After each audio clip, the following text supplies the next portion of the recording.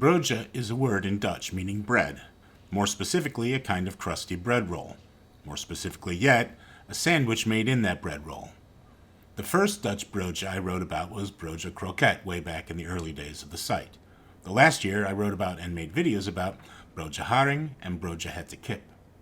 The latter in particular was based on a dish popular in Paramaribo, capital and largest city in Suriname, a former Dutch colony on the north coast of South America.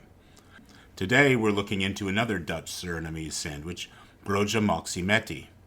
As with many New World colonies, the demographics of Suriname are a melting pot of ethnicities: South Asian, Indonesian, African, Chinese, indigenous, with many multiracial people and a very small minority of white descendants of Dutch colonists.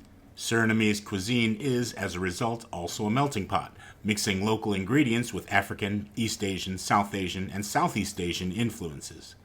Surinamese restaurants are popular in Amsterdam, from simple takeouts to fancier sit-down restaurants, selling broodjes like this, or Indonesian-derived noodle and rice dishes, or Indian-descended curries and roti. Moksi Meti means mixed meat, and as a meal, Moksi Meti is generally served with fried rice or noodles. The dish may include roasted chicken or beef or duck. It will feature at least two different kinds of meats, which are marinated and cooked separately, but will most likely include some commonalities: a sweet flavor from kecap manis, a sweet Indonesian soy sauce, 5-spice powder, garlic and possibly ginger, and often a red tint from food coloring.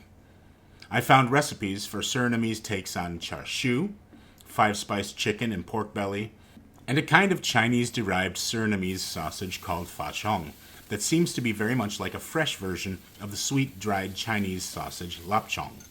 Served on a plate with fried rice. It's a lot. It's just a lot of meat.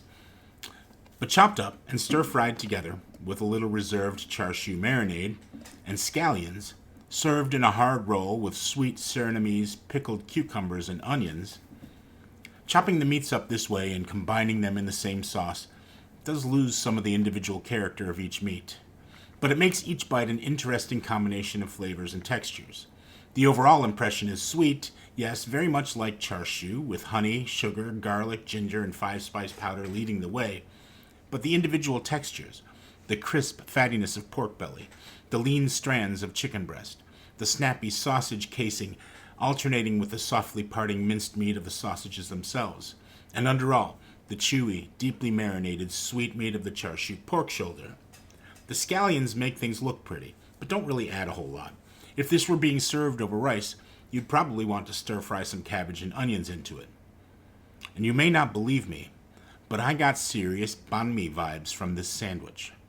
The bread, though I liked it, was certainly not as good as a crisp-crusted, light-crumbed Vietnamese demi-baguette.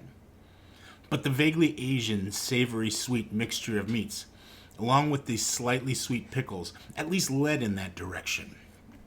A good quality demi-baguette might have helped. Some cilantro and a few hot peppers would have sealed the deal. This is a really good sandwich.